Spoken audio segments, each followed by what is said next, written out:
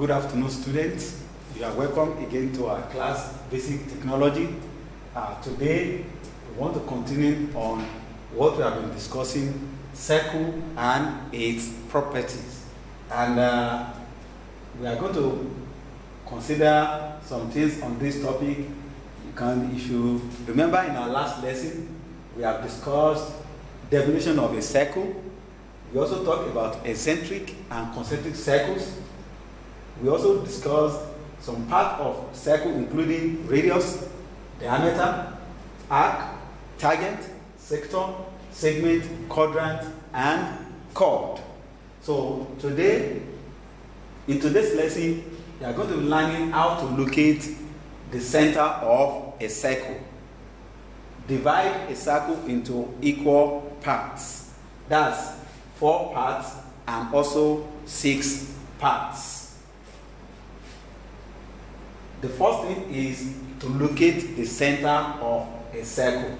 So when you are given any circle and you do not know the center, let's say center O of any circle, you may be given any circle like this and you have to locate the center. To locate the center, the first thing is to select 3 points on a given circle. Then you join them together with a chord. Let's say I choose this point as my X, this point as Y, and this point as Z. Then the next thing is to join them with a chord. You take your ruler and join it with a straight line. The one I'm doing here is freehand. Take note that you use ruler to make sure it's perfect and straight. So the next thing is to bisect the 2 curves. So you bisect the 2 chords. That is, you place your compass here and draw an arc both sides. So the bisector divide line XY into 2 equal arms. Then you take also length YZ by bisecting it with an arc. Then you join the 2 chords. At the point of intersection, the bisector meet at point O, and that point O is the center of the circle. So when you are constructing, you make sure you use ruler to get a perfect straight line. Now let's look at how to divide a circle into 4 equal parts. To draw a circle into 4 equal parts, let's say you are given a circle of radius 30 millimeters. So 30 millimeters, you take your compass and measure with your ruler and place it and draw your circle of radius 30 millimeters. That's 3 centimeters.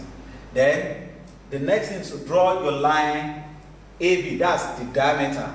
So you draw the diameter, a line that passes through the center of a circle and terminate at both ends by circumference. That's the diameter. So you have diameter AB drawn.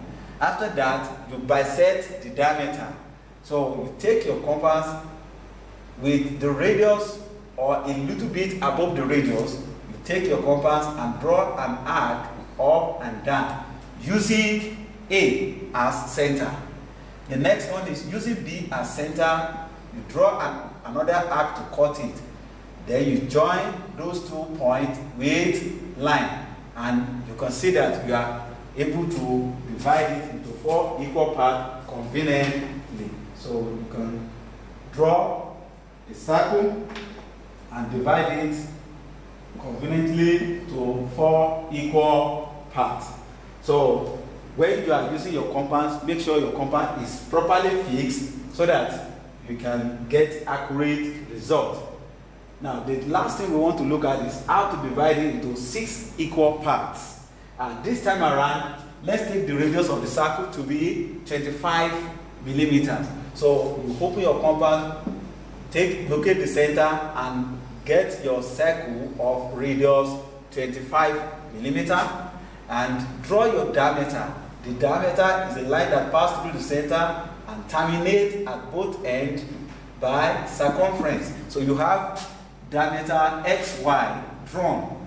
The next thing is using your X, point X as center, and you open your compass to a radius of 25. Draw an arc So to cut the circumference at the top and down, then you place the pin mount of your compass here again. Using the radius, you turn it up and cut this arc up and down. So the first one is using your X as center, draw the arc up and down, using the radius, and using Y as center. Here, the pin mount will be here, the pencil mount will be at the center of the circle. You draw the arc, and then you cut the arc up and down. The next thing is you join those points together with a straight line.